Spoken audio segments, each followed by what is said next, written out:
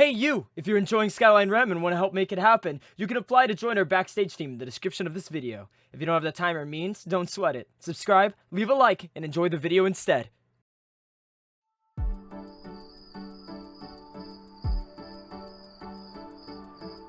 Rex, turn the page. But I'm still reading it. Turn the page! Okay. Jeez. Can't I already do this stuff? Well, duh. You're kind of a natural at this stuff. But, you know, not all of us are. Hence me, reading. Why don't you just read it yourself then?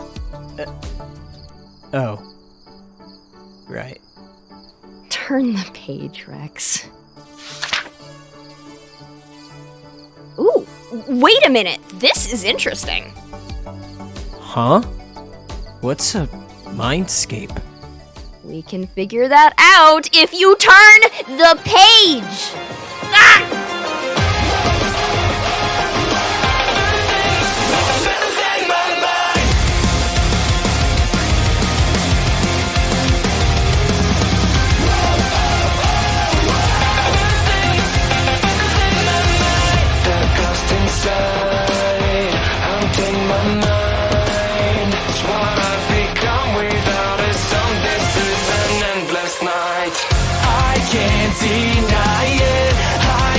Just fake it. I only know how to pull myself apart. I never thought I could explore, but I've hold the scars. It's over now. Run away, out of time. Find a place where I can never hide. I let it run, change, or even strive. Let it burn, I'll never be coming back. 'Cause I'm losing my mind. I'm losing my mind. Yes, I'm losing my mind.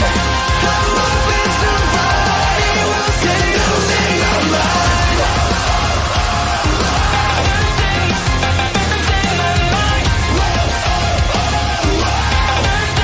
Cause I'm losing my mind.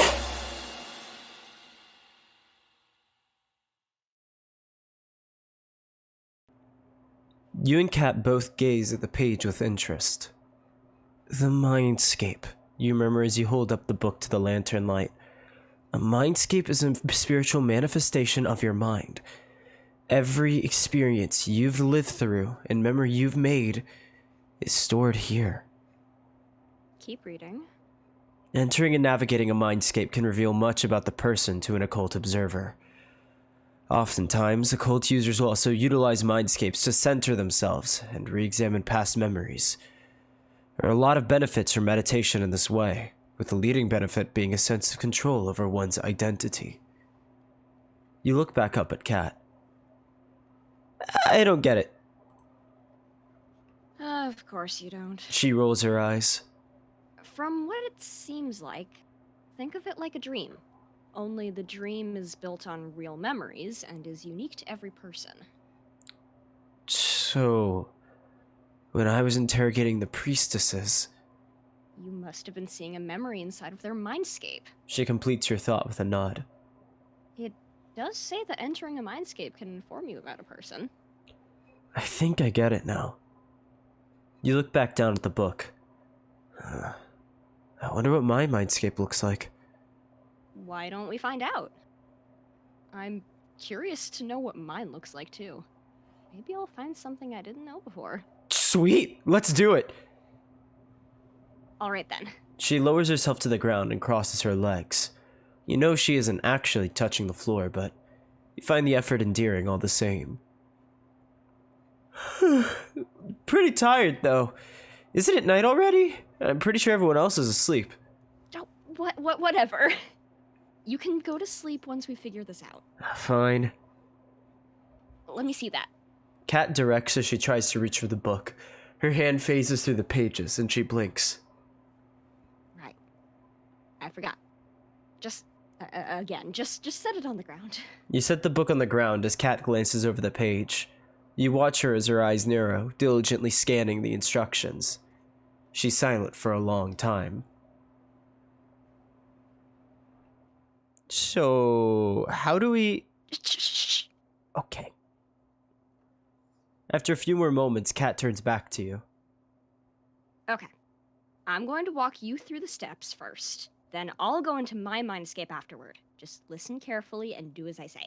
You got it. Close your eyes. Okay, eyes closed.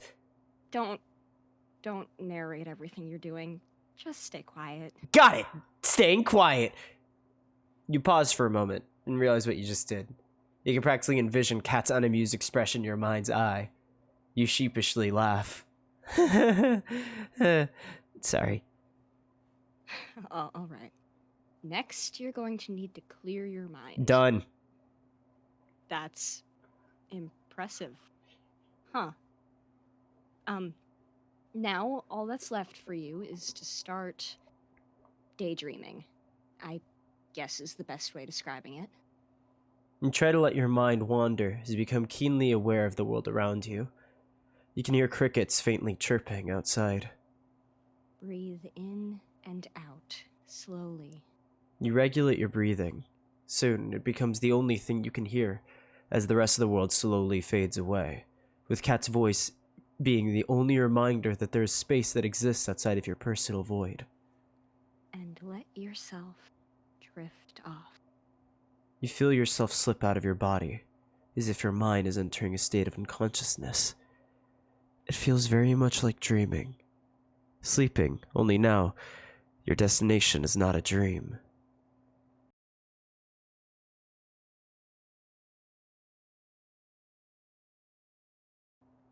You open your eyes to your bedroom. You were just here. Did you fall asleep? Sorry, Kat. I think I might have dozed off. You try to find Kat, but she doesn't seem to be around. You push yourself to your feet as you look for her. How long were you asleep? Did she leave already? Kat, you still... You stumble in alarm as you turn to look behind you. The walls and roof of your house are caved in, allowing you to see into the open void beyond. A starry night sky expands above you, and as far as you can tell, you and the remnants of your home are floating in a dark abyss. Your eyes widen. What happened to my house? You suddenly deduce the most likely explanation. I'm in my mindscape? This looks awesome. You put your hands on your hips. But now that I'm here, what the heck am I supposed to do? Cap forgot to mention that part. You look over the wooden ledge at the broken floors below. You consider jumping down, but what happens if you miss? Do you fall forever? What if you can't wake back up? You shake your head, deciding against exploring the open void inside of your mind in a reckless manner. Guess I really do have a lot of empty space in here. Whoa. It's crazy.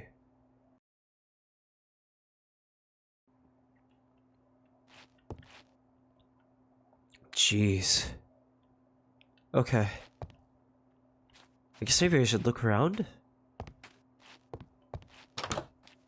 Looks like the stairwell's still intact, at least.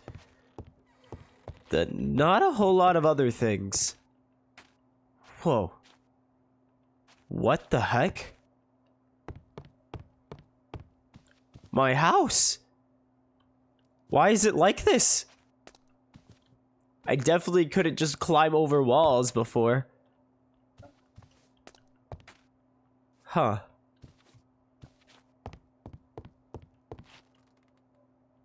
Okay, that is, inky nothingness. Oh boy. Okay, well, just don't fall. If I am careful, it won't be an issue. Okay. Alright. Nailed it. Alright, that was smooth.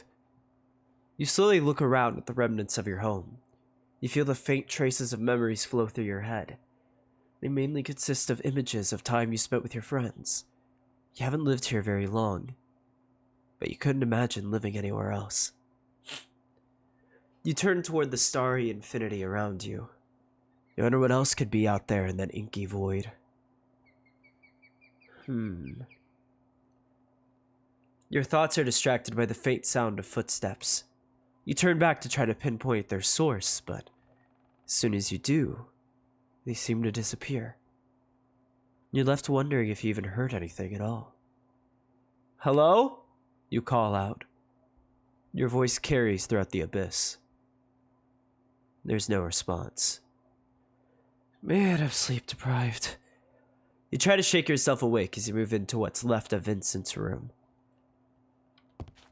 Well, there's his bed. Here's a bunch of stuff. I think I just walked through where a wall used to be. I think this one's Alice's room. One of these is Alice's and one of these is Vincent's. Okay. I just gotta jump across here. Hut! Hut! Oh, I'm nailing this right now. What about this place? This is my room again? No, this is London's room.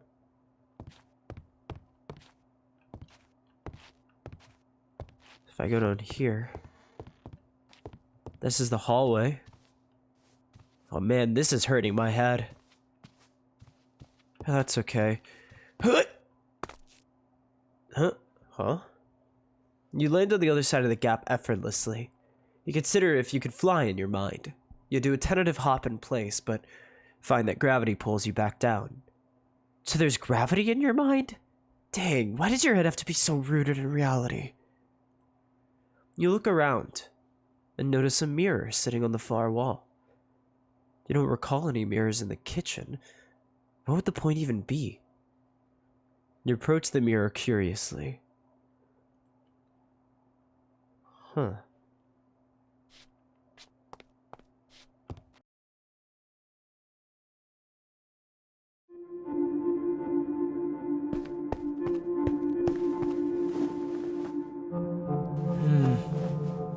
Hi. Okay. I didn't see anywhere else to go.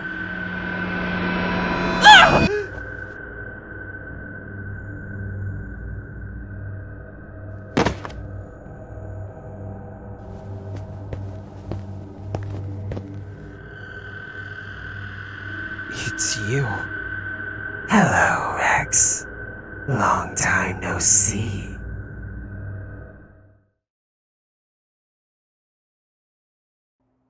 Hello, Rex. The purple lookalike stands before you with a chilling grin across his features. I was wondering how long it'd take you to get here. You'd think with something in your head, you'd learn how to get into it sooner. Here? Your brow furrows. You were expecting me to enter my mindscape? Duh. He frowns. I've been watching you study this whole time. Figured you'd learn how to get in here sooner or later. It turns out it's later. He swings his arms behind his back. Do you have any idea how boring it is to sit in your head all day? You don't have a lot going on in here on a good day. What? Hey! You glare at your doppelganger. Well, I'm here now. What do you want? What do I want? The other you tilts his head. You came here to see me, did you not? Huh? Why would I do that? You think I came here just to shoot the breeze with you? No, I can't say I went out of my way to have you do nothing but bombard me with snide remarks. Ouch. He feigns disappointment as he brings a hand to his heart. I'm wounded. How could you say such a thing to your loyal friend? You do realize I've done more than just lounge around, right? What are you... Suddenly, several realizations hit you all at once. You recall the moments after the voidal creature slashed at your face in the mausoleum. He was there, right? Didn't remember at the time, but his voice was definitely speaking in your head just before you blacked out. And then there was the time when you first met Alvar, and the time Souls and Somber said you stood up against Blythe after she knocked you unconscious, and when you got your flux bolt against the monsters in the windswept woods. You reel and shake your head to clear out your thoughts. That was all you? That can't be possible. Oh, it's possible, all right. He approaches you. How do you think you got to the cathedral in time? A final memory flashes through your mind. You're grappling with a handful of guards, ducking and dodging their attacks as you counter with your own. You move with such aggression, such fluidity. You realize that wasn't you. That was the stranger in front of you. See? The figure asks. I've helped you out more than you could ever know, Rex. Mainly to keep us alive. You have a habit of getting in near-death situations, despite being immortal. Supposedly. The figure begins pacing around you. Although, that does remind me of a question I've been meaning to ask. Why all the effort? Huh? Immortal or not, it's not like you go out of your way to get in over. It's like you go out of your way to get in over your head. You recklessly throw yourself at every issue you can find. And for what? The sake of an adventure. He rolls his eyes. You don't see those Gale Striders or whatever going out of their way to confront the Alacrim Edict.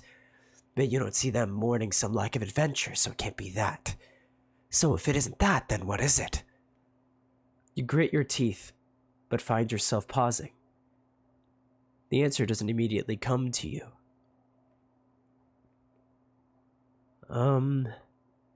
Why do you do all this? Never crossed your mind. It almost comes as easily as breathing. But you have to have a reason for it all. So why is it hard to find it? You try to connect the dots. You do it to help your friends, right? That's why you saved London Remington. That's why you didn't turn Arden Damaris down when he asked for your help. It's because they're your friends. And yet, that answer doesn't feel satisfying. It's so much deeper than that, isn't it? The figure sighs at your continued silence. So you have no clue either. Ugh. This makes it hard to be your double when you don't even understand yourself. What even are you? Good question. He nods. I'm still trying to figure that out. Wait, you don't even know? He motions to himself. Look at me. I look like you. I sound like you. I have all of your memories. We're standing in your mindscape. You can finish the puzzle from there. He crosses his arms. But that's all I got. So give up on asking those questions. We're both in the dark. Huh. Anyway, since I'm so curious on the answer to my question, He brings a hand to his chin. I think I'll throw you a bone. How about I help you out with whatever silly business you get involved with? Maybe then we can illuminate the truth together. No way. You're one note. All you talk about is fighting. I don't need your help. You cross your arms defiantly. I wasn't really offering a choice. The figure smirks.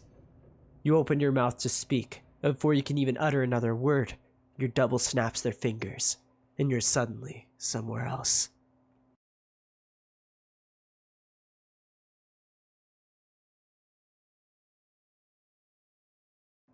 You jolt awake with a start. Cat leaps upward so high, she phases straight through your ceiling. After a moment, she comes back down. Rex? Sorry. Why did you scream like that? You almost scared me to death. She sighs and rests her hand on her heart. And I'm already dead. You'll be the second death of me. Wait, did you do the mindscape stuff too? Yes, but don't change the subject. Explain yourself. Sorry. Didn't mean to scare you. She floats back down to hover in front of you. So, what happened? Did it actually work? For a while there, I thought you just fell asleep. I think it worked, but I have no idea what any of it meant. Your mind flashes back to the purple figure, and you shudder. Ugh, maybe I don't want to know. What's that mean? It means I'm just gonna go to bed and forget about it. You push yourself to your feet. Mindscapes are overrated anyways. Kat furrows her brow. Come on, you gotta give me more than that.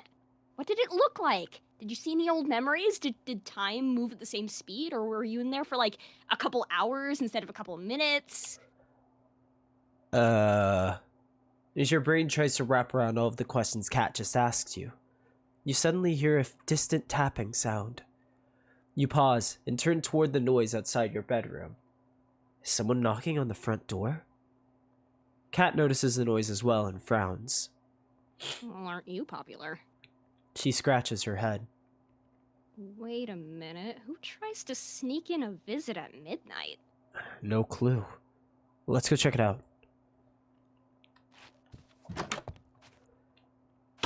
We gotta do it quietly so we don't wake up. We can't wake up people. Alright, we're good.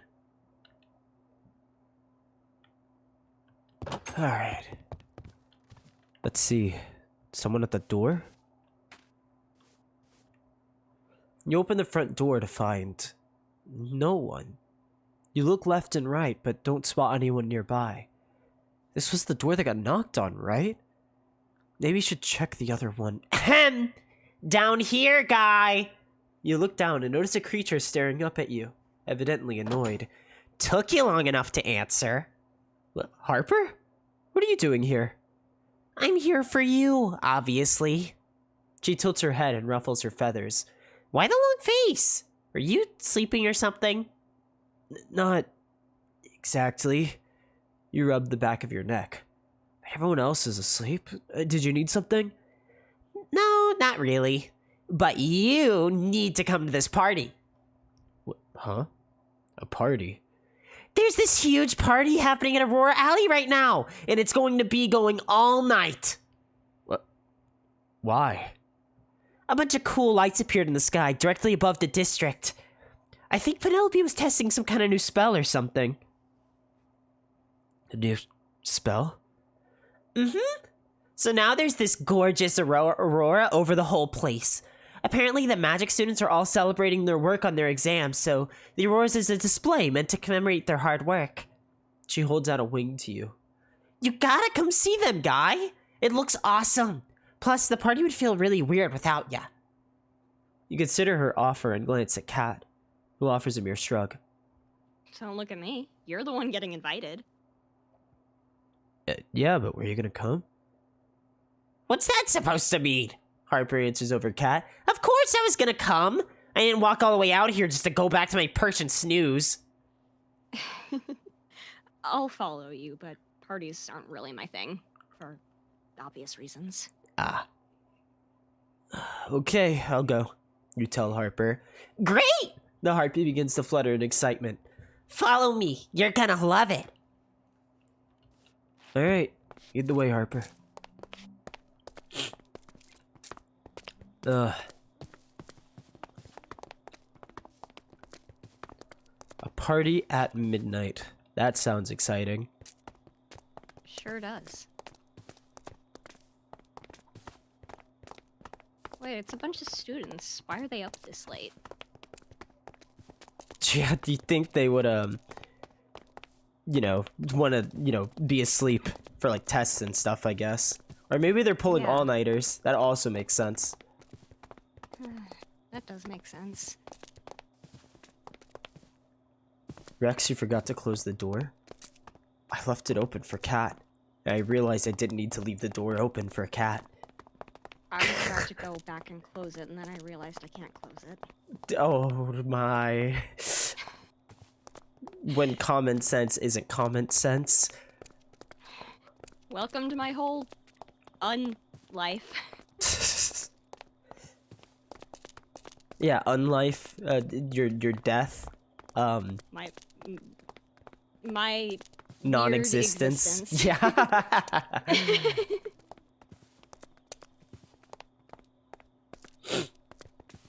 Let's see. We made it to the square. Damn, everyone really does never sleep. Everyone's still out and about. Yeah. Well, dang! Now this is impressive. Wait, look up. You step into Aurora Alley and find yourself overwhelmed by the noise.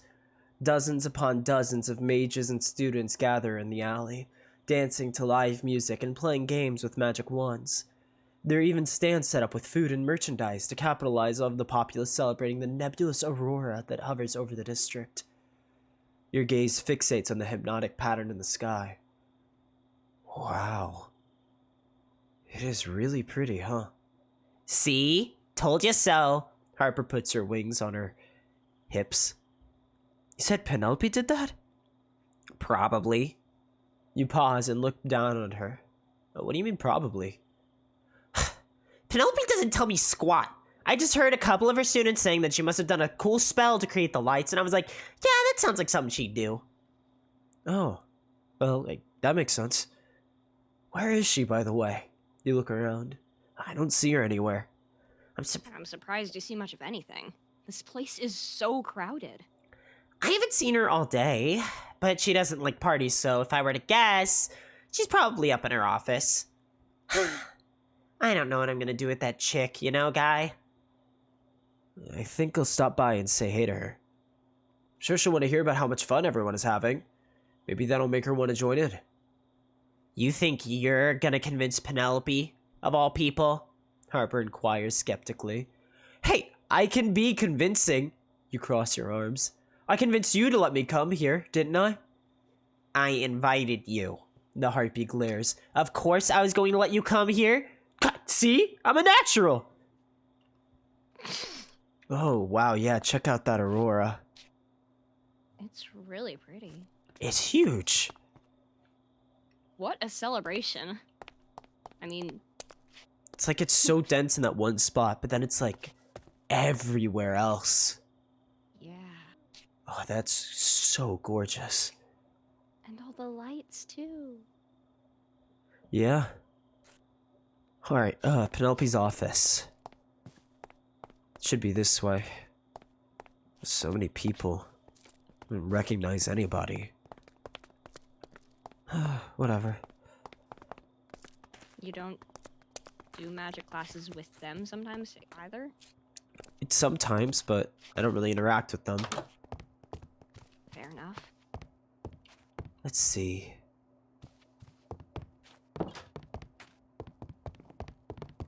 Looks like the tower's empty. I guess everyone really everybody's is outside. Looking at the sky. Yeah, this must be Penelope's favorite night then.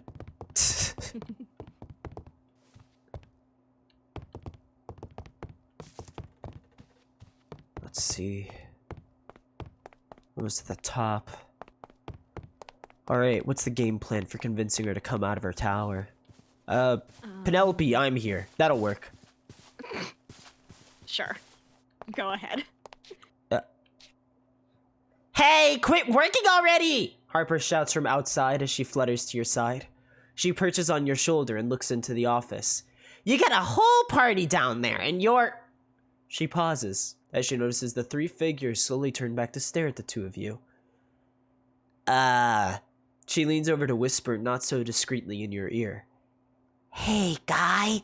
I think we interrupted something important. Yeah, what gave you that idea? Roman clears his throat. Hello again, Rex. Harper. It's good to see both of you. Arden chuckles. I certainly didn't expect to see you here. The festivities aren't too disruptive, are they? No, they aren't. You awkwardly step inside Penelope's office. What are you doing here? Harper narrows her eyes at Roman. They're here to help with our Aurora problem. Penelope massages the bridge of her nose. Wait, Harper flies over to Penelope's desk and lands in front of her. you mean you didn't cause the aurora in the sky? Penelope throws her arms up in the air. Why does everyone keep assuming that? I genuinely have no idea what it is or why it's above our district. Oh. But I can't correct anyone, because then they would panic, she explains, exasperated. I can't step out of this office without countless people thanking me for something I didn't do. We didn't expect a party to start from this. It's an unfortunate happenstance, but we'll have to make do. Okay. You nod. So, you're trying to figure out how to stop the Aurora, Penelope, and Roman is trying to help you. And what are you doing here, Arden? Arden turns to you knowingly. I can only assume that you're here for the same reason, right, Rex? Eh? A mysterious celestial light hovering over Aurora Alley. Obviously, you know what's going on here, right? Yes. Having just got here, I totally understand what's going on. Completely. You nod slowly. You both stare at one another for an extended period of time. Arden looks unamused. After several moments, a light bulb flickers on. Oh. Oh, okay. Yep. Yes. Yeah. That's exactly why I'm here. Yup. Arden chuckles as he brings a finger to his lips. He glances over at Penelope and Roman. Evidently, he doesn't want them to know about the likelihood of it being a vestige. Regardless, we have our hands full trying to figure out what to do from here. Penelope groans. We think there's an object at the source of the Aurora suspended in the air. That's the current theory, anyway. We've yet to find a way to get it down, however. Well, not to worry, guys. Me and my... You turn back and stare at the empty space behind you. You're so used to showing up with friends that you find yourself at a momentary loss for words. Me, myself, and I are here to fix it. You finish your sentence. First things first, you said it was hovering up there, right?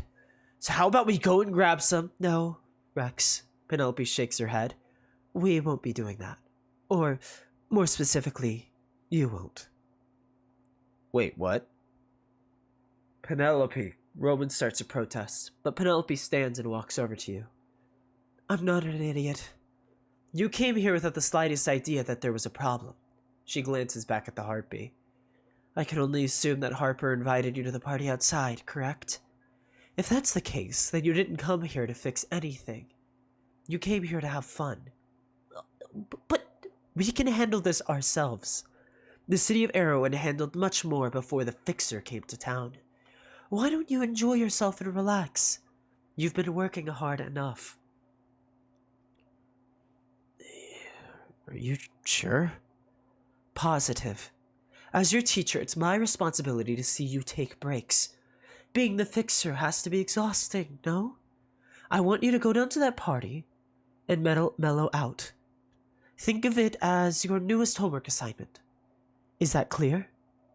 She places a hand on your shoulder. You work so hard for this city. You deserve to take a break. Go on. Enjoy the party. You glance over at Arden and Roman. Arden offers you nothing more than a single shrug, but Roman's gaze seems to avoid your own. You're curious why that is, but you decide not to press it. You look back at Penelope. If you say so. Thank you, Rex. Penelope nods. Now, I better not see you again. And if I do, you better be having fun. She walks back over to her desk and continues her previous discussion with Arden and Roman. You glance at Harper, who has nuzzled herself into a bookshelf to watch over the drama. Having no reason to stay, you turn toward the door and leave for the party. I guess I'm having fun. Court ordered and everything. I guess so. So, Alrighty. shall we check out the festivities? Yeah, let's check out what's going on, I guess. Maybe there's something cool. I don't know. What do you do at parties? You, like, party? I don't know, all the parties I've been to, people just sit around and talk. You just do that normally. Why is that party? I don't know. That's what it always seems like in movies and stuff anyway. Sometimes they drink. But outside of that, that's all they do is they stand around and talk. Remember that I can close doors this time without it being impolite. Oh. It's so high up, too. Alright. Let's see. There's a bunch of stalls. Yeah, A lot of people. No one I recognize. they're making the most out of the situation. Yeah, they just don't even realize that there's a whole thing going Situation. on. Yeah. Pretty crazy to think about. I see someone I recognize! Oh, cool. Lily! Hey! Did you have a magic class before the party or something? Why are you here? Harper invited me. She showed up at my door at midnight and dragged me out of the house. Did she know anything about the Aurora in the sky? No. But it's probably caused by a vestige. Wait, what? Oh, there's a vestige here? I mean, it fits the bill, don't you think? No one knows why it's there, and we've never seen anything like it. Gotta be a vestige. Well, great. Then what are we waiting for? Now that we're both here, we can work on getting it back. I can't. You... What? What's happening here? Penelope grounded me. Said I have to have fun all night and not help out, so... Here I am. What? Right? Anyway, I gotta have fun now, or something. No work for me. Ugh. Rex kicks the ground. Okay. How about me and Aiden look into it while you keep doing whatever that is? That sound good? Yeah. Good luck, guys. We'll keep you updated if we find anything, alright? Have fun. Alright. Small world. Let's see. Party. Got to party. Fine. Fine. You repeat to yourself. Gotta have fun. You look around at the various people around you. There are a lot of them. None of your friends are here. Seem to be some games, but when you approach one to try them out, you start feeling skittish. This would be easier if you had people you knew around. Then again, things are only really fun with friends. Maybe you should just give something a shot. You could buy something, but shopping's never really appealed to you either. You seem bored, a voice echoes in your mind. You freeze up for a moment before you realize who it is. Oh, great. What do you want now, huh? I agree, none of this stuff looks particularly interesting. But you want to know what would be fun? What? Using the fire spell and lighting that stand ablaze! Nope, I'm not doing that. Maybe you're the boring one. I don't find arson fun. Lame. You shake your head in an effort to dismiss his voice. Just shut up. You turn your attention back to your surroundings, and a smile widens on your face and you notice a particular set of two. You quickly jog over to them and tap one on the shoulder. Somber turns around and greets you with a smile of his own. Ah! Hello there, Rex! You hear an excited gasp as Solus turns around too. Hey! Solus waves her hand.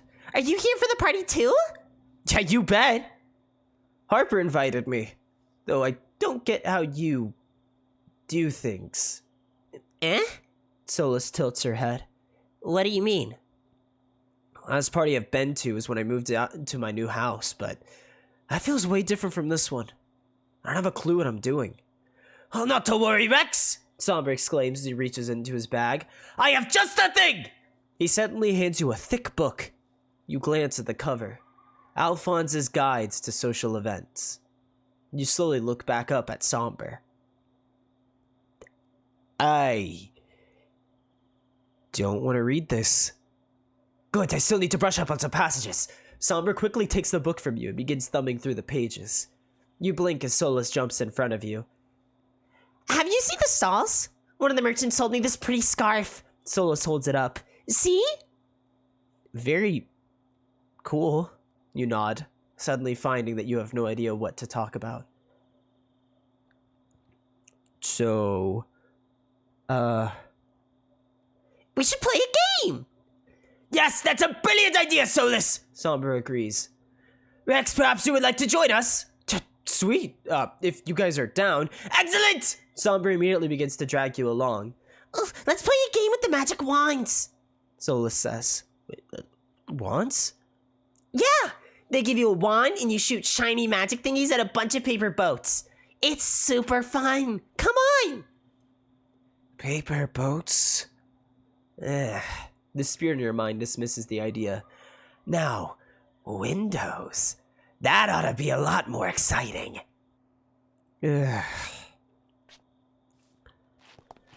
Alright, let's go to paper boats? At least now we're moving. Oh, what is this? They're wands. Oh, and they're paper boats. Huh. Yep. That's what it was. You shoot wands at paper boats. Alright. So I just take this here wand and I shoot it at that. Yep. Bang. Whoa, that's kind of cool. But I already have a magic gauntlet, so that's like no different. You're not allowed to shoot it with your magic gauntlet? I don't think so. Bang. Bang, bang, bang. Bang. Am I doing this right? You seem really unenthusiastic. Oh. I feel like I'm out of my depth. Hello? We need to talk. I need your help. My what now? Lily, I had no idea you were here as well! Outstanding! Hello! We gotta get the thing down now. Lily glances at Solus and Somber nervously. What? But I thought...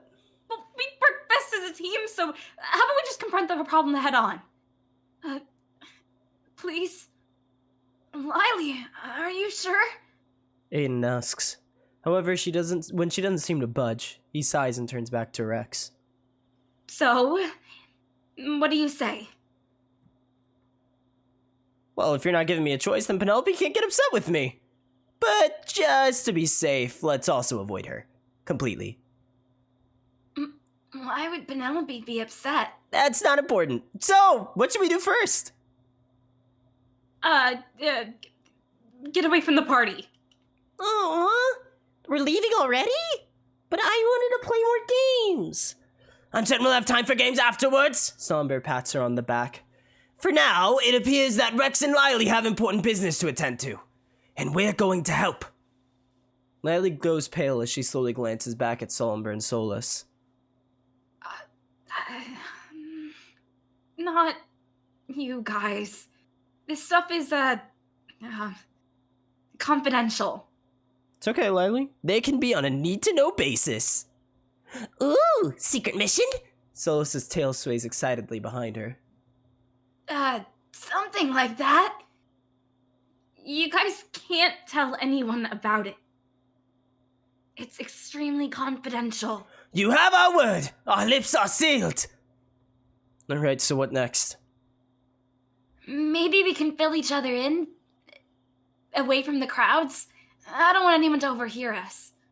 Good idea. Rex, do you know where the artifact is? Yep. You're not gonna like it.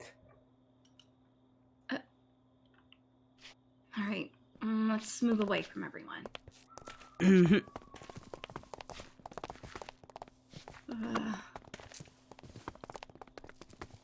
Keep a lookout for certain faces. I don't know where we're walking to. I had started walking.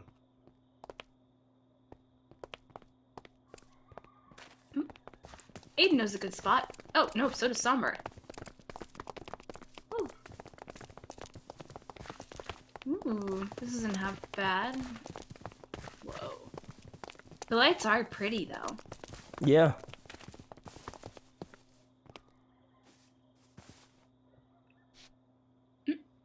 Lily cranes her neck to look up at the sky around the Aurora. Toward the Aurora. Wait, so the artifact is all the way up there? Yep. And we have no idea how it got up there? Nope. And we don't know how to get it down? Pretty much. Ah, great. This is gonna be a tricky one. Can't be reckless or else we'll cause a panic. Yeah, that's what Penelope was afraid of too. It sucks that none of us can fly or something. We can just go up there and grab it really fast before anyone notices. Yeah, but unfortunately mortals like you can't fly around. Nebula's voice sounds as she pokes her head out of Rex's focus pouch. So you'll have to think of something else. What? Nebula! How long have you been there? The whole time? She tilts her head. She jumps out of his focus pouch and hovers in the center of the group. Whoa! Is that a pixie? I've never seen such a creature. Somber leans forward in interest. Do you mind if I ask over a dozen questions regarding your physiology? I thought you were trying to stay hidden. Oh, crap. Nebula blinks. Whatever, I've seen you hang out with these guys. They're fine. Lily stares at Nebula as a light bulb goes off in her head. Wait, Nebula, you can fly? Yep, that I can. Well, then why don't you just fly up there? Oh yeah! You can grab the artifact and bring it down to us! Nebula glances between you all, and then up toward the vestige. I don't know. That seems too easy, don't you think? She says nervously. Something doesn't feel right about that. Nah, it'll be fine. I really don't know about this. Come on, what's there to be afraid of? There's a lot of magical energy up there. That artifact is creating a whole aurora in the sky. Don't worry, trust us. Nothing's gonna happen. She frowns. You got this, Nub. But don't call me Nub! Fine, whatever. I'll get it. She begins to fly up into the sky toward the vestige. Somber and Soulless watch her with great interest. Who exactly is this Nebula individual? That's a long story. I don't know if we have time to get into it right now. Come on, I want to know! Hey, you're doing great up there, Nebula! As she continues to float up toward the vestige, she glances back in your direction hesitantly. Lila gives her a reassuring nod while Rex flashes 2 enthusiastic thumbs up. Keep going! You got this! She slowly turns away and continues to float toward the vestige. Her form enters the glowing aurora of color above the district as she reaches her arm out for the vestige. Gah! Magical energy racks through her entire body as she goes flying out of the aurora. You all watch as she plummets out of the sky and collides with the ground somewhere outside of Aurora Alley in Lavender Terrace. Oh! That's rather unfortunate. I anticipated that such a thing wouldn't work.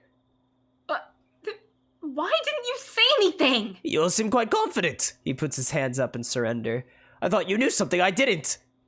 Should we go help her? Solus asks as she stares toward the neighboring district. Nah, Rex waves her off. She's probably fine.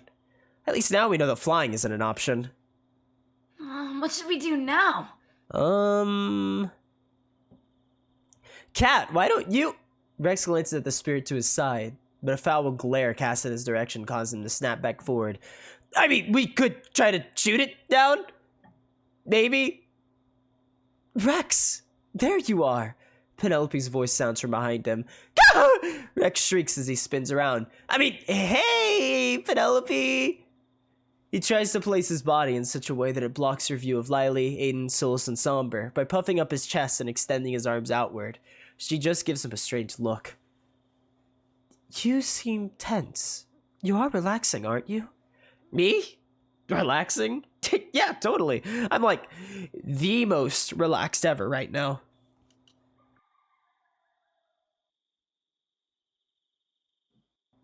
She puts her hand on her heart in relief. Good, good. I'm glad. We're also working on handling this Aurora situation in my office, but I thought I would come out and to check on you. That's so nice of you. We've managed to discover with our scanners that there's some sort of magical barrier around the relic that could be dangerous to anyone who approaches it.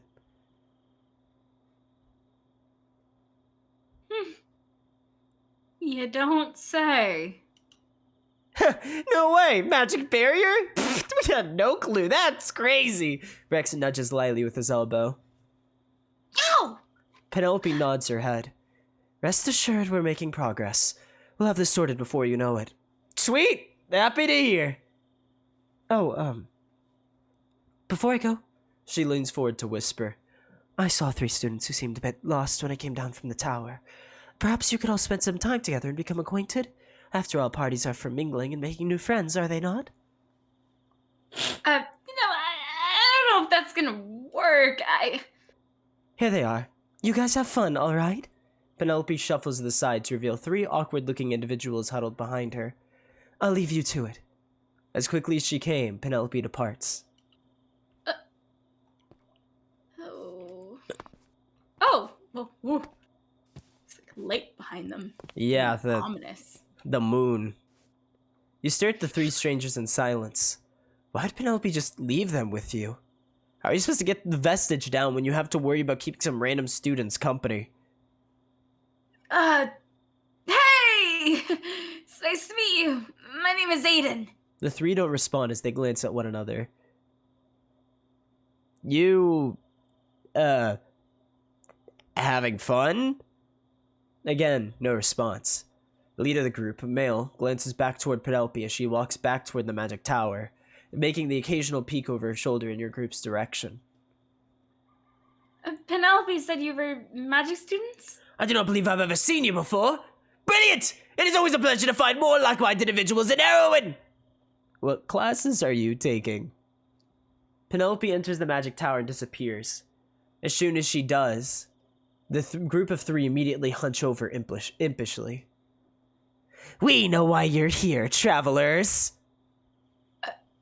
What? What are you talking about? Don't act like you don't know who we are! The second speaks and points an accusatory finger. We literally don't? Eh? They glance at one another and realize something. Oh, right. Yeah, our bad. Hang on a second, the head says. All 3 begin to fiddle with some satchels at their hips. They take out silver masks and place them over their faces. Dear gods! They're silver wings! Oh, that makes a lot more sense. We won't let you get your hands on another vestige, the leader states. We'll ensure your defeat here and now. Yeah, well, feel free to try. You're not the first idiots I've had to knock some sense into. Don't let her intimidate you, boys. Let's take them down! Okay, and we're fighting. Well, so much for just hanging out. Great.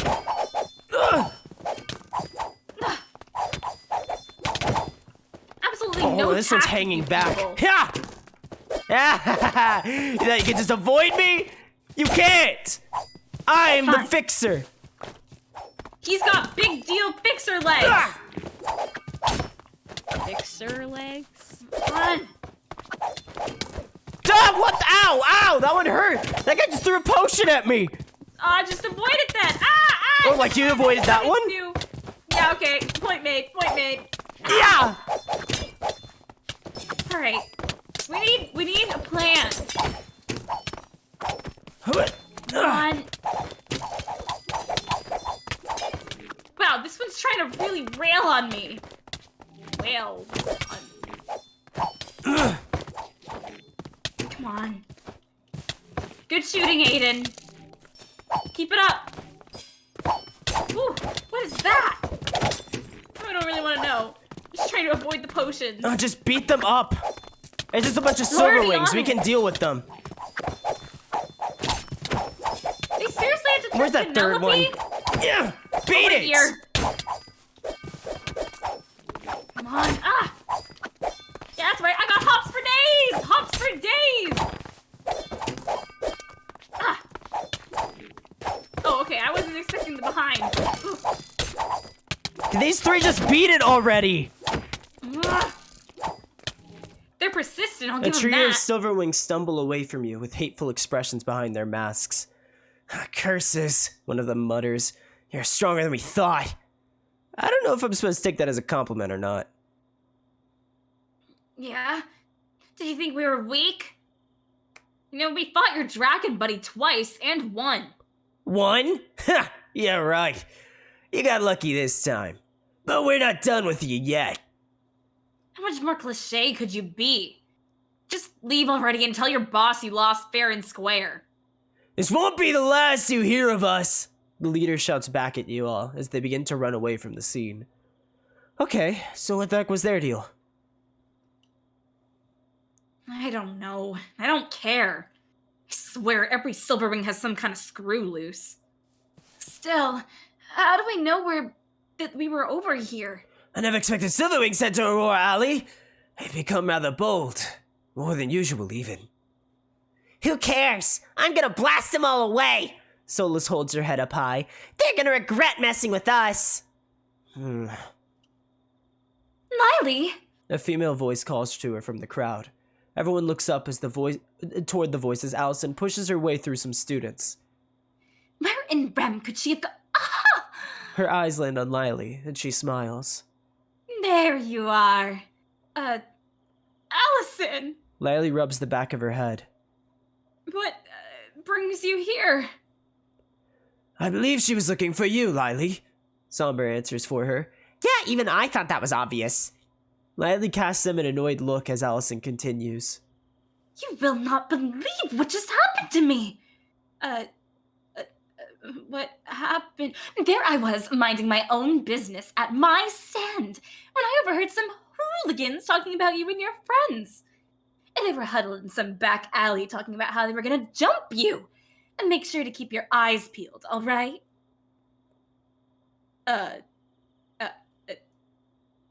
Thank you for the concern, Allison, but We already met him. And they already tried to beat us up. They kind of ran away before you got here. Allison seems taken aback. Ah, I see. Well then, I suppose I worried over nothing. You had everything perfectly sorted, didn't you? However, if it interests you, I did manage to apprehend one of their co-conspirators. I wasn't sure if you were going to want to question them, so... Wait, you did what? What? You took down one of those guys by yourself? Yes.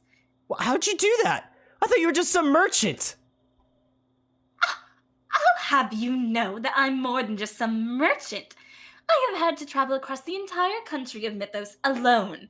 I know how to defend myself from lowly thugs.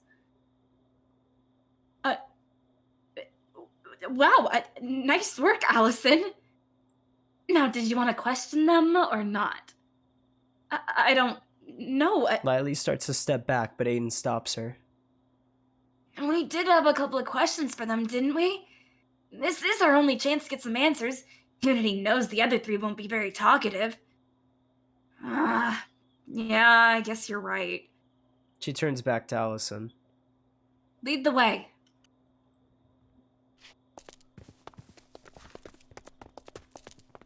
Huh. Well, I guess if the other three ran away, this definitely does seem helpful. There are heels on her boots. How did she... You know what? I'm not gonna question it. Lady.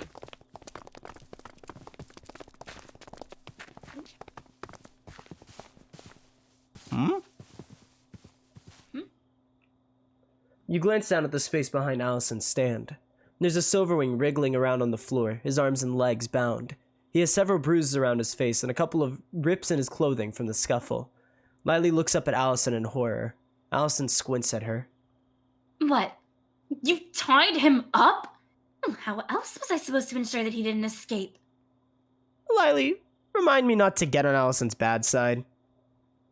I don't know what all the fuss is about. Ugh, you're a real psycho, lady. We weren't even doing anything to you. You were threatening someone I happen to be rather fond of.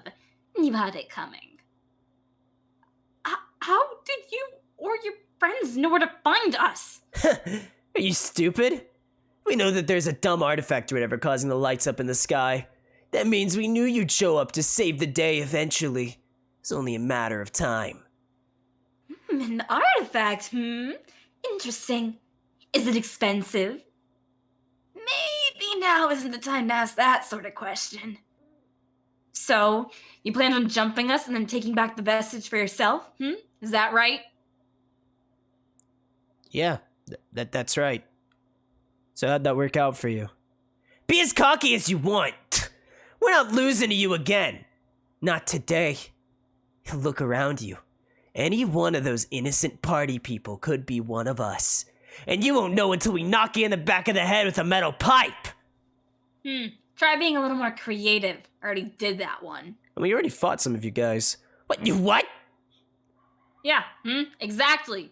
We beat up those 3 stooges and we'll beat up your other friends too. Yeah, right. You just got lucky. Get real. Got lucky? How long will it take to get through your thick skulls that were better than you? All of you silver rings are nothing compared to your boss. Actually, I don't know about that one, Lily. Beethoven's pretty scary. Didn't know that part. Lily Point is, I know for a fact that you guys are more scared of us than we're scared of you. She lunges forward in a fake-out attack to prove her point. The Silverwing flinches, and as she predicted, and she laughs before standing back up. See? Look how scary I am. You're not that scary. You got cute little rabbit ears. But... Thank you, Solus. I've heard about what you and your team did to some of the other guys. It's this blonde dude who never stops talking about the night you came to town. He calls you and your friends monsters. They go on and on and on about how some chick with a massive axe, some huge ripped farm boy, and a girl with metal ears took them down. But I'm not scared of you or your team, you hear? Wait a second. That's all you've heard about Lily's team? What about me? Who are you again? You watch Aiden's confidence shatter. Aiden, don't listen to him. The Silverwing tilts his head. Oh, wait, I have heard about you. You're the tiny little magician that follows them around. The tiny magician? I'm way more than that. I'm a valuable asset to the team. Who told you that? Your mommy? Among other people. Face it, kid, you're nothing like the rest of your team members. I bet the rabbit only invited you because you had a pretty face or something. Hey, that's it. Lily lunges at the Silverwing, but Rex holds her back. Let me at him. No one insults my friend and gets away with it. Chill out, Lily. He's just trying to rile you up. We can't fight here. There's too many people around. Your friend is right, Lily. This thug isn't worth your time. Lily pulls herself out of Rex's grip and rolls her shoulders. Whatever. He doesn't have any useful information anyways. She starts to walk away. Let's go, guys. Hey! Aren't you gonna tie me? Hello? I'm sure you don't mind toiling back here a little longer. Yeah, I'm sure that won't come back to bite us in the butt.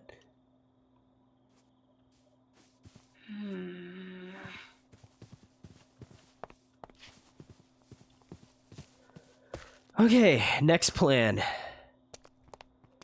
I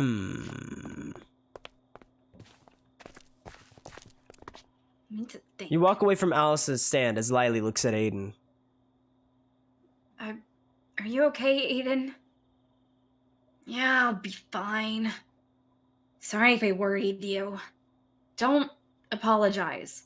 Can't believe that guy would say something like that to you. Don't listen. Thanks. What are we gonna do now, gang? We need a new idea. Something that'll really knock that artifact out of the sky. Any suggestions? Everyone sits in silence as they contemplate a possible solution. A voice echoes in Rex's mind. I got an idea. The spirit speaks with a giggle. How about you find all the Silverwings in the area, knock them unconscious, and make a mountain out of their bodies? Then you can walk up there and take the vestige for yourself. Easy. Okay, so I know what we're not doing. Oh, come on. You're not taking any of my ideas. How am I supposed to help you if you don't let me? Rex clenches his fist and tries to keep up a smiling facade. Anyone got anything? Miley, what about your bow? Yeah, I don't think I can shoot an arrow that high. And what if I miss? The arrow is gonna come back down and someone might end up getting hurt. So no arrows. Anything else? You have that purple beam spell, right? Why didn't you shoot that? Flux bolt? Yeah, if an arrow isn't going to reach them, flux bolt definitely won't. Wouldn't be a problem if you made a pile of bodies. The spirit mutters. Oh, then perhaps there's another magical ability we may use, Sombra suggests. Do you recall what we said about that minigame, Rex? They provide you with a wand that shoots magical projectiles! These projectiles are not as intangible as a bolt, but instead are made of condensed magical energy! For that reason, they travel much farther than normal magic projectiles as well! So, what? We use one of those and try and shoot it down? Indeed! Are you sure you can... that it can reach? Our target is really high up. Well, you could always climb onto a roof. Allison offers. Lily jumps in her place. Allison! What are you still doing here? Well, you didn't think I was going to leave after that spectacle, did you? Silly girl. I'm interested in this artifact business that you were talking about. Great. Awesome. Oh, I know a way onto the roofs! Rex starts to run toward the nearest building. Follow me! Wait, are you talking about those hatches that Vincent showed us? Yeah, we can climb up there and try to shoot it down. Aren't you forgetting something? We don't have the wand. I have one! Why do you have one on hand? Sola smiles nervously, and her ears turn down. I may have forgotten to put it back after we finish playing. So let's know! Those aren't for us to take! Let's go shoot the thingy out of the sky! We're returning that as soon as we're done with this! Alright. Wait, is it this building? Or is it a different building? Oh, what building? Hold on.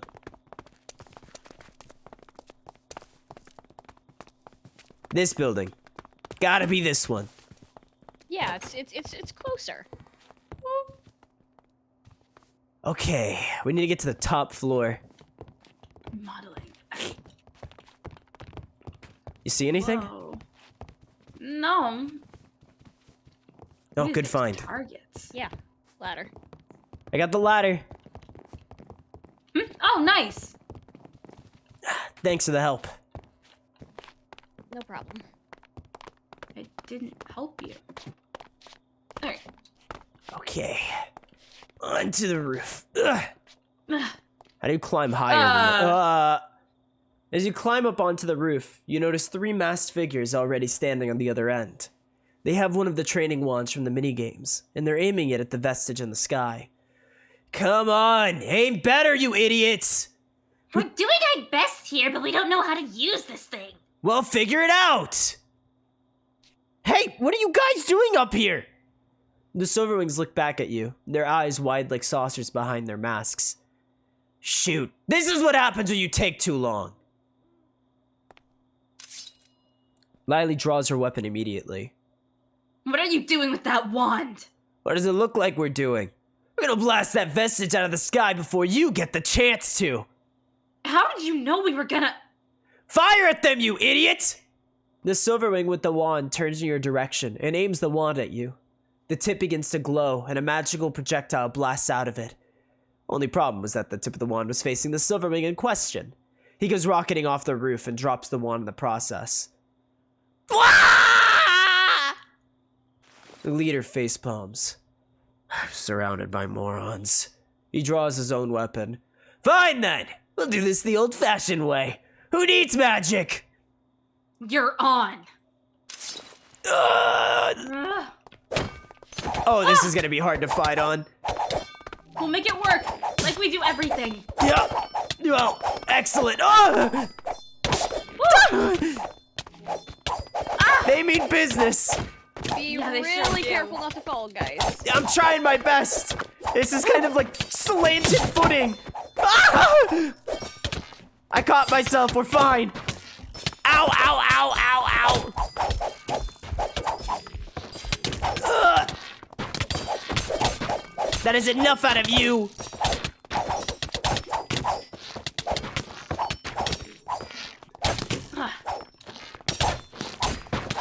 Come on. We just gotta beat them up enough. Well, we already smacked them around before. We can easily do this again. Agreed. Ah. These guys aren't anything. Get out of here! Ah. The Silverwings grimace as they inch toward the edge of the roof. Not again. End of the line. Hand over the wand and go back to your stupid hideout. In your dreams, you'll never take us alive. That can be arranged. She's joking. You're joking, right? Didn't know that part, Rex. Hasta la vista. The leader grabs his subordinate by his collar and jumps backward off the roof. Wait, what are you doing? I'm too young to die! The two hit the ground with a thud and groan in pain. Aiden pokes his head over the edge and cringes. Ah, that looks like it hurt. Ah, those guys are so annoying. She stares up at the vestige. How did they even know we were gonna do this? They even came out to the exact same route that we were going to. I don't know. Somehow they were able to predict our movements and attempt our plan before we could. Rex bonks his head. Oh, of course. Do you guys remember what that other Silverwing said? He said that anyone in the crowd could be one of them. So? We probably have over a dozen of their guys on standby hiding in plain sight. They were able to eavesdrop on us and figure out our plan.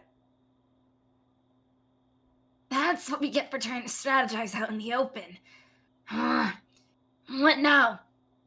Well, we still win, right? We have the magic wand we need, and they don't. We have the height advantage, too. Can't we just shoot it down and call it a day? I don't think that's going to work either. Why not? It appears that the magic projectile that these wands shoot out do not have the power necessary to pierce the magic storm surrounding that object. Somber adjusts his glasses. When the Silverwing rocket himself off the roof, the projectile fizzled out almost immediately after making contact. So it's too weak. Shoot. What now? We come up with something else. Well, preferably not out in the open this time. Right. Let's go somewhere else. Maybe Lavender Terrace? No one should be out there at this time. Sure, we just gotta get down. Shimmy our way down. Ugh.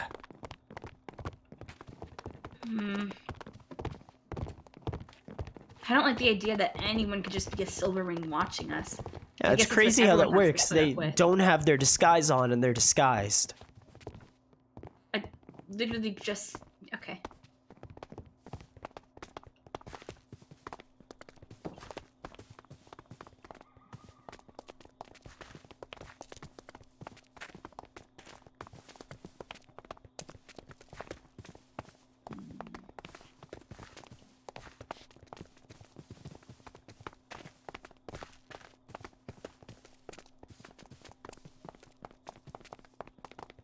It is quieter up here.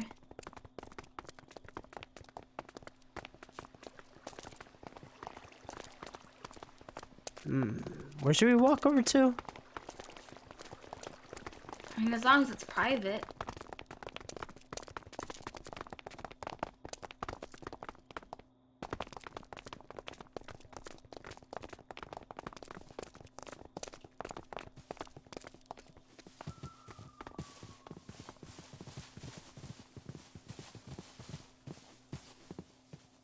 Okay. You walk out into the open fields of Lavender Terrace and look around. Alright. Well, this should be a good place to talk. I don't see too many people around. Everyone in Lavender Terrace is probably asleep by now, so we're safe. Actually, I do see something weird over there. Good weird or bad weird? Aiden points toward a small crater in the grass several yards away. See for yourself. You all approach the hole cautiously and peek inside. You find the celestial being, Nebula, sitting at the bottom of the crater. Her limbs are extended and she has several singe marks on her skin and dress. She seems out of it as she still stares up at the sky with stars in her eyes. Pun not intended. Oh. So that's where she went. What is that thing? What is that thing? Is that a person? Looks like a fairy. Should we help her? She's fine. I'm sure she'll bounce back before you know it. Besides, we have other priorities. Okay, what are we doing? Let's put our brains together. Obviously, shooting this relic isn't gonna work. And what else have you tried exactly? Flying up and grabbing it? It didn't end well. Ah, I see. Allison says, although she clearly has no idea what Rex is talking about. Maybe we could try lassoing it down or something? Lassoing it? I'm spitballing, okay? I don't know what to do out here. Even if we could do that, we have to find a pretty long rope. And have good aim. Just forget I said anything, okay? It wasn't a real suggestion. Alright. What else then? If you're so desperate for suggestions, then why don't you ask that Starfinder or whatever to levitate someone up to the vestige? The spirit echoes in Rex's mind. Rex pauses. It's not a horrible idea. Arden has proven that he's powerful enough to accomplish something like that. However, Penelope's warning echoes in his mind. I know that it's too dangerous to touch, so we can't just grab at it. Maybe you can't, The spirit murmurs to Rex. but I sure can. In case you haven't realized, I'm a lot stronger than you. If you let me switch places and sit in the captain's chair, that vestige is as good as yours. Rex's jaw tightens and he shakes his head. No, that won't work. Oh, come on! The spirit growls at him. What's wrong with that idea, huh? Okay, pile of Silverwing bodies, I get that. But this idea is foolproof. Not to mention, morally correct. It wouldn't hurt a fly. And yet you still have the nerve to turn it down. If Arden could use his magic to get the vestige, he would have done that already.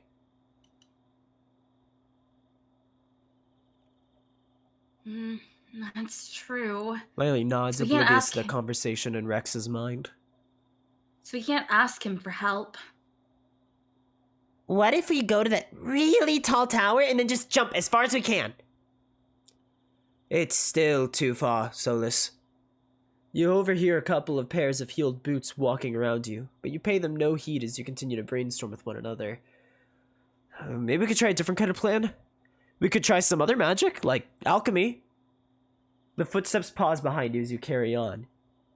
Yeah, that's it. We take some alchemy stuff and we put it together and we try to make some cool anti-magic barrier potion. Lily glances behind Rex and quickly turns pale. She gives Rex a hand motion to tell him to stop talking. Then we use that potion and combine that with the rope idea. I could try and jump up from the top of the magic tower and grab it, but I'll have to sneak around Penelope and the others. What's that about sneaking around us? Ah, shoot. He deeply inhales and forces another smile as he turns around. Roman, Penelope, and Arden all stand facing your group with disappointed looks. Hey! Fancy seeing you here, Penelope. What were you and your friends just talking about? She raises a stern eyebrow. Oh, you know, nothing important. We were just gonna surprise you. Yeah, that's it, with a gift to thank you for all your hard work tonight. Penelope massages the bridge of her nose. Rex, has anyone ever told you that you're a horrible liar? Maybe a couple people. You're working! Again! She throws up her arms, exasperated. I can't believe this! What did you expect me to do? Couldn't just sit around at some dumb party all night. That's not how I do things. It wasn't a dumb party. Did you even give it a chance, Rex? Or did you immediately give up the second you stepped outside? More like a few seconds. Stop being difficult. Penelope clenches her fists. I'm trying to do what's best for you. Penelope. Roman starts to step in, but she waves him away. He puts his hands up and takes a step back. I'm trying to help you. I'm trying to show you that you don't have to work every hour of every day. You can have some fun in your life, Rex. Yeah, but that's not my kind of fun. Your friend certainly likes to pick fights, doesn't he? Allison leans over and whispers to Lily. Just give it a chance. Give a party a chance. Penelope walks forward. That's all I want for you. You want for me, and Rex emphasizes. What if it's not what I want? You don't know what you want. Yeah, I do. You're not my mom. You can't know what you want. You don't even know what you are, Rex. Rex blinks at her. What? What does that mean? Penelope chokes on her words. I mean... I'm a dread. Rex motions to himself. That's all I am. That's what Ambrosia told me. Penelope holds her tongue. Rex's expression falters. Penelope? What are you talking about? What did you mean by that? He was bound to find out sooner or later. I warned you, Miss Delvaux. Penelope bites her lip. Yes, that you did, Roman. Wait, find out what? Can someone please just tell me what's going on? Rex... Penelope steps forward and places a hand on your shoulder. I'm certain you've noticed you're not like other dreads, right? Yeah? I've got silver eyes or something. That's supposed to be super rare. That's not the only rare thing about you. He's a traveler, too. Solus raises her hand. That's another thing. Yes, Solus. You're right. But there's more to it than that. What, then? Do you remember all those tests I ran, Rex? The scanner, the colored flames. They were supposed to show me what your natural division of energy was. Light or dark. However, they both came back inconclusive. Yeah, you said the scanner was broken or something. It wasn't. Huh? The scanner wasn't broken. It worked just fine. The truth was that you aren't light or dark. At all. Because he's a traveler? Because he's soulless. An empty shell. A vessel. Rex blinks in shock at the news. I'm... what? Roman clears his throat. If I may step in. He walks forward. I knew you were a soulless being as soon as Miss Delvaux informed me of what happened when you gained that flux bolt. Your energy shifted and changed. In that moment, you existed. You were living according to our scanners. But soon afterward, that energy vanished, and the scanner could only register you as dead. That proved to me that you were a husk without a soul. But what does that mean? Am I dying? No, Roman shakes his head. You're not dying, but your life certainly isn't going to get any easier. Penelope takes Rex's hand. Don't you understand, Rex? The life of an empty vessel like you is a dangerous one.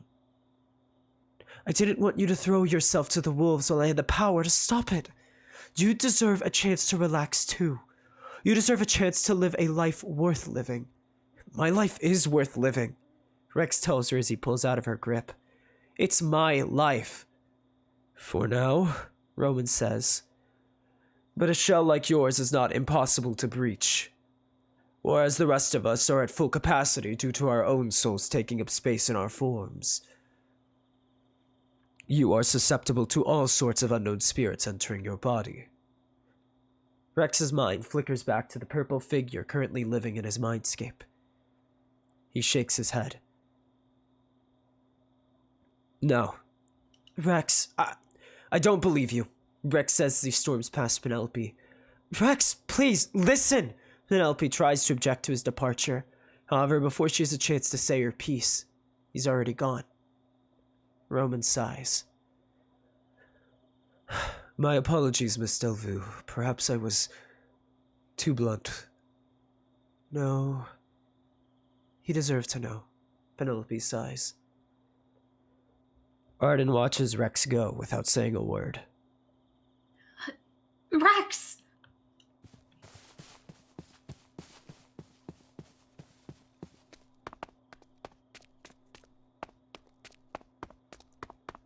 Hey, Rex? Rex, it's okay. Are you okay?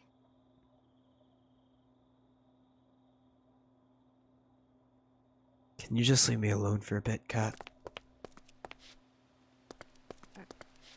All right.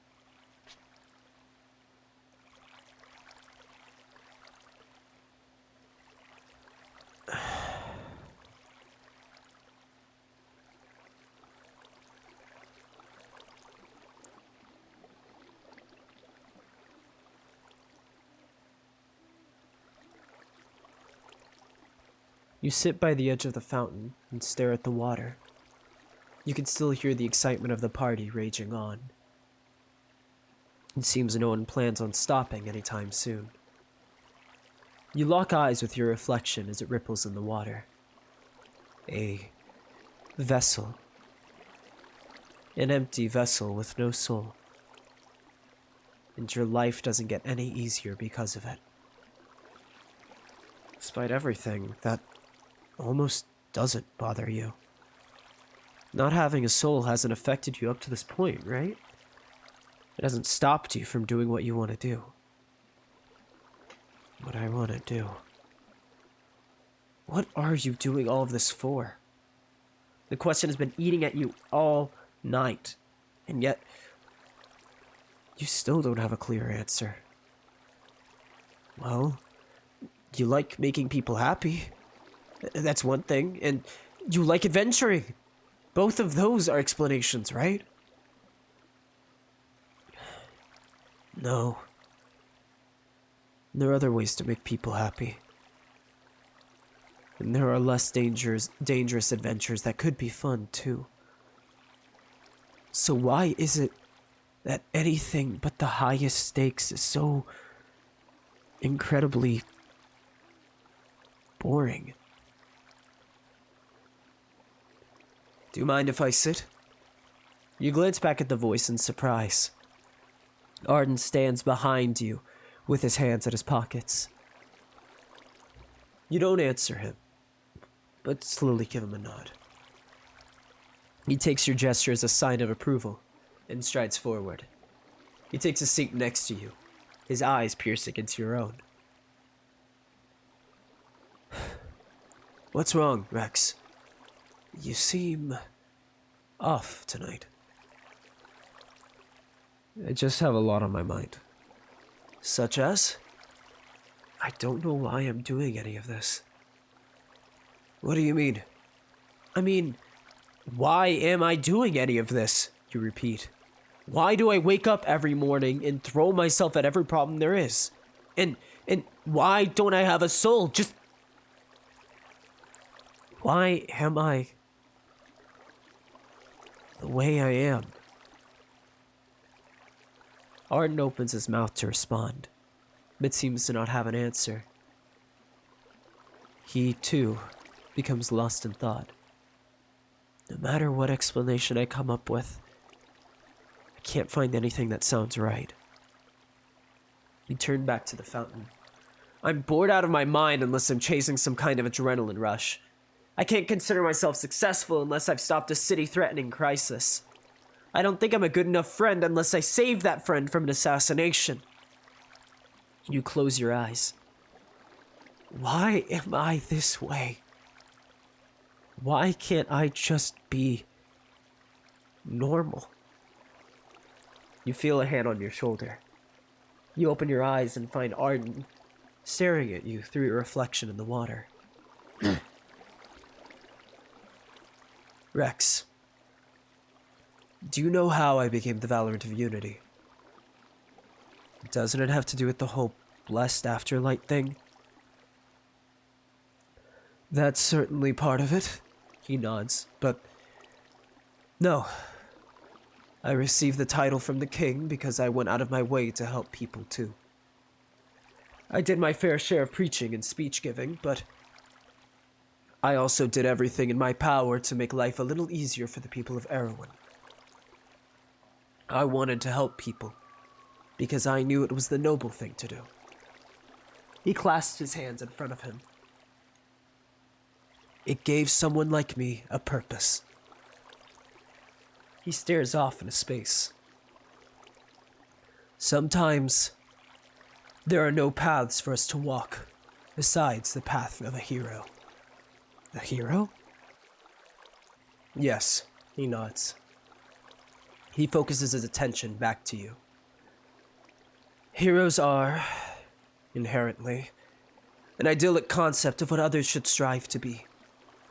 They are the paragons who people look at to find their aspirations. After all, how could anyone strive to be better if they had nothing to model that vision after? He looks down. Not anyone can be a hero, Rex. But a hero could be in anyone. It takes a specific type of person that's wired the right way to be a hero. They have to be selfless, brave. It's someone people can look up to. But even if you are, you don't simply become a hero. You're made into one, and it takes time. You'll be growing into that role for eons without even realizing it, until one day, you wake up, and you realize that you're doing things that no one can do but you. And that's the day you become a hero. He turns back to you. And when you become a hero, you get the responsibility of staying a hero. You set the example of what good looks like. You become that beacon of light for others. When that many people look up to you, you have to be the one to constantly prove to them why. He stares at you intently. For some people, that's their purpose. That's why they do what they do. That's why I do what I do. You blink at him as he chuckles. Get it, Rex. Look, you shouldn't be wondering why you're doing what you're doing. The question you should be asking is if you are that hero. And once you realize why, then, and only then, can you answer that question. The rest doesn't matter. You try to process everything Arden just told you.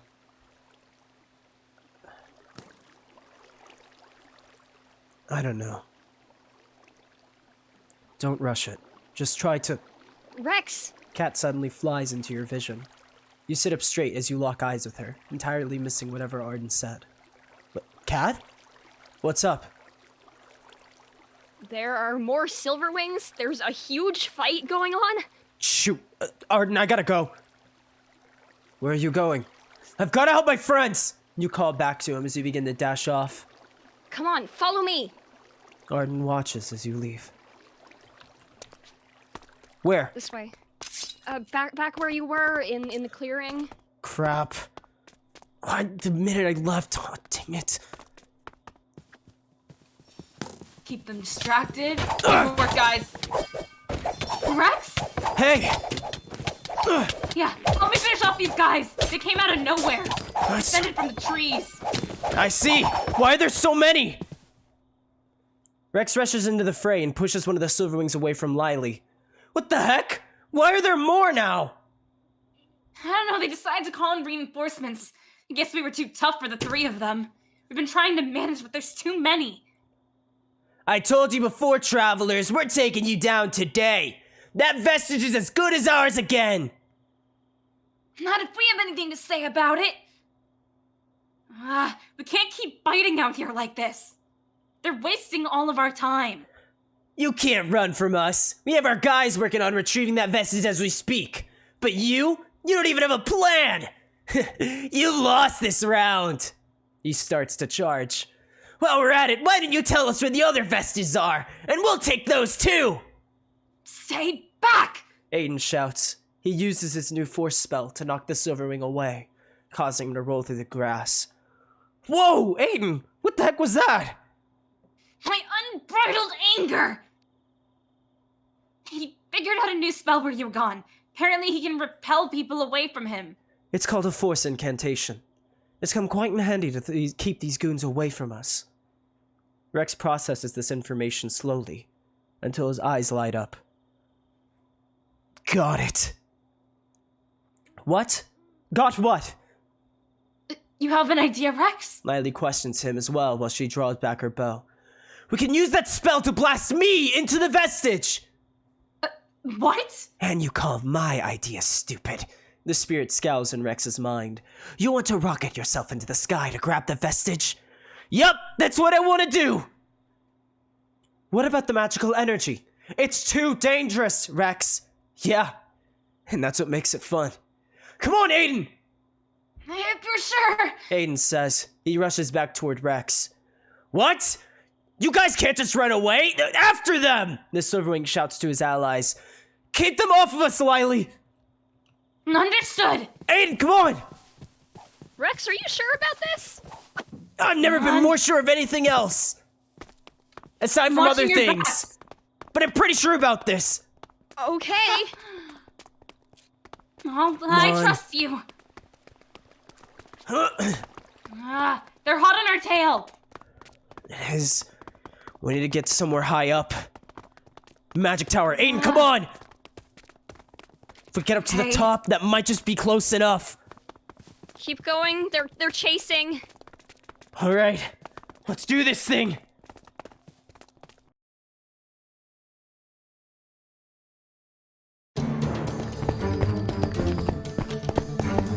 Aiden, let's go! I'm coming! Wait up! Stop them already! Oh, I don't think so.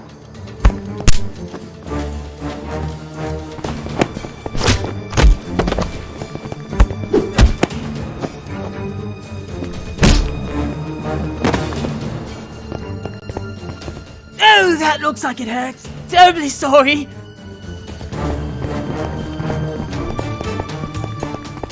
Come on! Get back here, brat!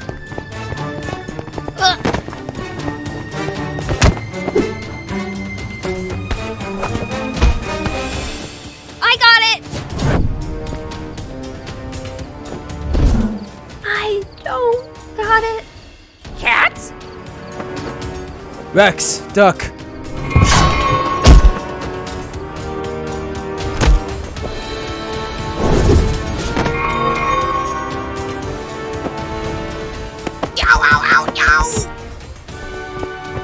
Both of you, keep going. We'll hold them off. Thanks!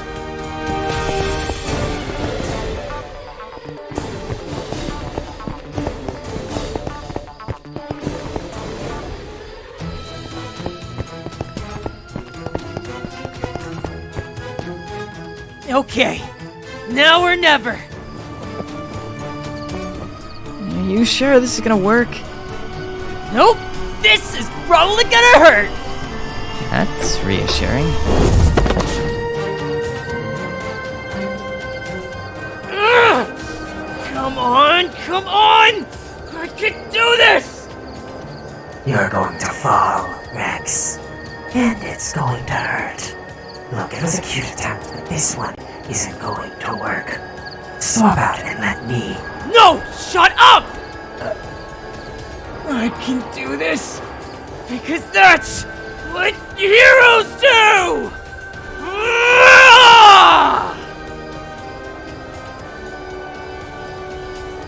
did it? I actually did it!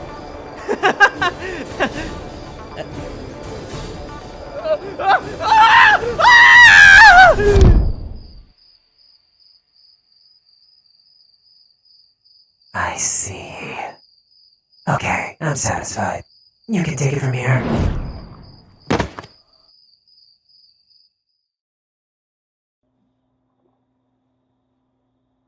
Shoot! Rex, are you okay? Aiden calls as he rushes down the tower. Lily, Penelope, Arden, Solus, Somber, and Ellison run out after him. Rex rubs his head. I'm good. Wouldn't be the first time I fell out of the sky.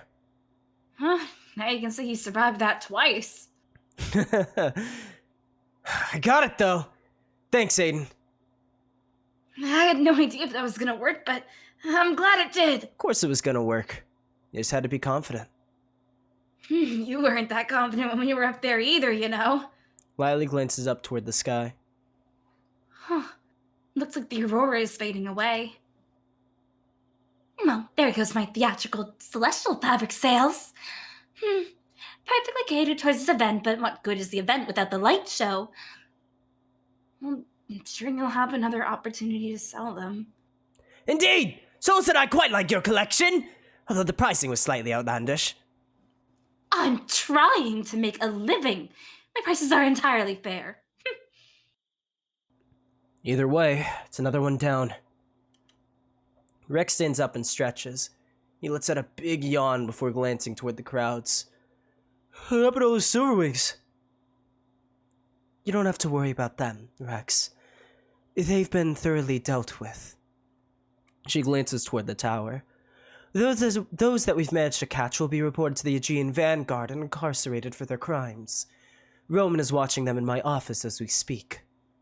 Arden crosses his arms. We should probably go back upstairs to ensure nothing happens while we're down here. Good. Don't let those guys get away. I'm sick of Silverwings escaping. Thank you for your help today. In a short time, you've certainly become experts at your trade. How heroic of you. He winks at Rex, who beams at his statement. It's what we do. No biggie. I'll see you at our next lesson, Rex. And I'm sorry for what I told you earlier. I shouldn't have hidden something like that from you, but I wasn't sure how you would react. And even more than that, I didn't want it to be true myself. Her expression darkens. But I meant every word. Your future is bleak, Rex. I'm sorry. But now that you know, maybe you can do something about it. Got it. Hey, we don't gotta leave so soon. There's still a party, remember? Don't you think everyone's gonna go pack up and leave when they notice the Aurora is gone, though? Possibly, yes. But there's still fun to be had in the meantime. If you want a chance to relax, now is your time. Lily and Rex glance at one another. I don't know. I'm feeling pretty beat. Same here. I should head back home. Aww. Solus's tail tucks between her legs. Alright then. We shall see one another again soon, Rex and Lily. In that case, I'll go too. See you guys around. Yeah, take care, Aiden. See you later. Lily pauses and glances back at Rex. Wait, shouldn't we go get Nebula before we leave? She's fine. She knows where I live. I'll just get an earful when she returns. All right, if you say so. Good night, Rex. Night, Lily. The two of you both part ways. However, Allison follows Lily with her gaze, conflicted expression on her face. Deuces. Yeah. I've stayed up all night and all day. I'm not gonna get any sleep tonight, am I? Maybe like a few hours before the sun comes back up.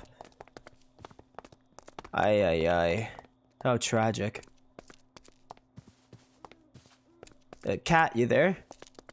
Yeah, I'm here. Hey.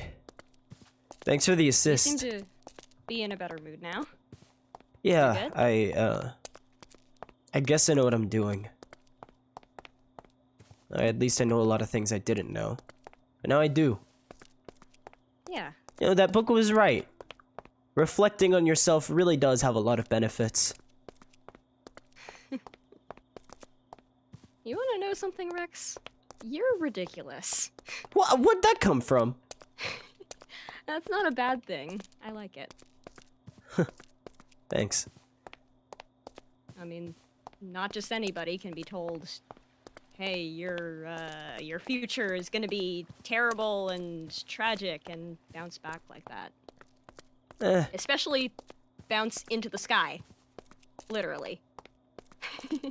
I don't know. If they're the cards I'm dealt, I'm gonna play them.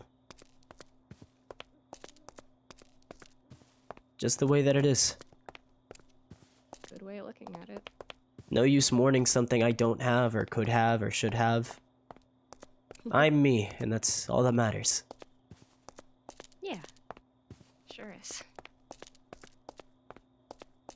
And I'm the me that never remembers how to get home. Where am I going? Am I going the right way? Where's my you're house? Going the right way.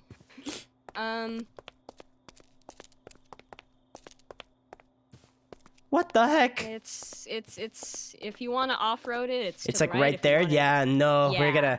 gonna take the Yeah. road. We're gonna take the entire U-turn around here in order to try to get back there, which is just hanging a right on this whole block of buildings, and then going down this road. Yeah, there you go. Yeah, that's my house. Well, I'm gonna let you get some sleep, because I think you probably need it. Yeah. See you at the next study session, I guess. Yeah. See ya. Take care. You too.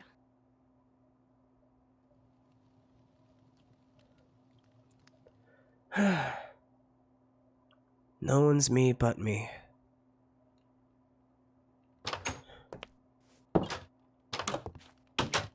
Hey, let's get upstairs.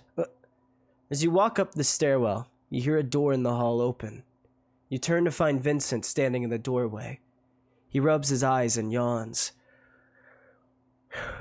Fixer? What are you doing up at this hour? Stuff? Nothing important. Don't you know what time it is? Can't you wait until morning to act weird? He pauses as he notices the object in your grip. Is that a vestige? You swiftly hide the vestige behind your back as Vincent shakes his head. What the hell, Fixer? How did you even find one? He asks, dumbfounded. What have you been doing while the rest of us were asleep? Well, you start to explain before pausing. Wait, hang on.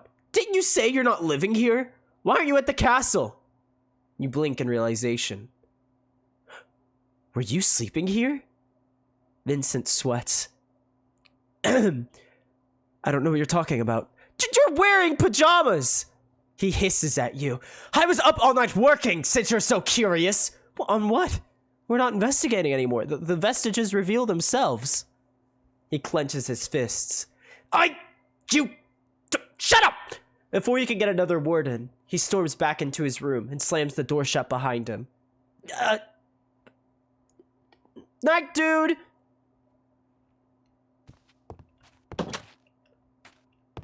Alright, well.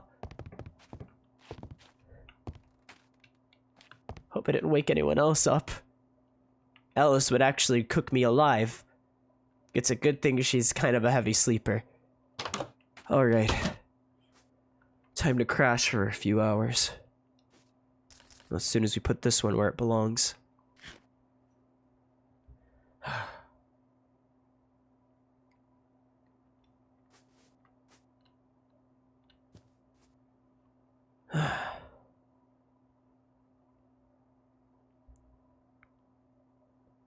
Today was a good day. I think I got a little bit closer to figuring out who I am. I still don't fully know why I am this way, but that's okay. I think it's okay to be lost sometimes.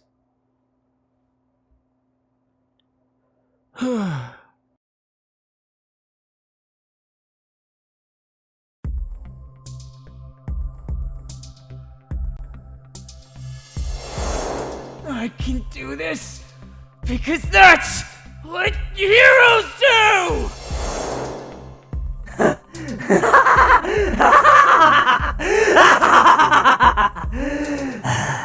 I get it. You're not so different after all, Rex. It's not just about being a hero.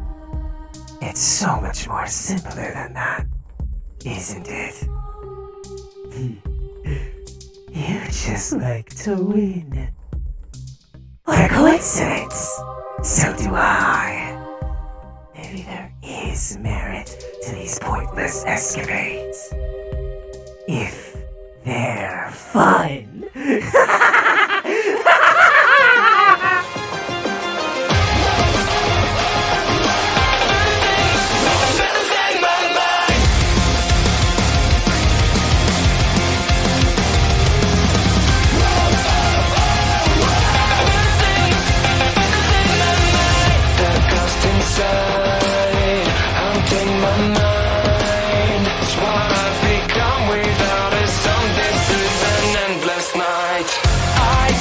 Deny it, I can't just fake it.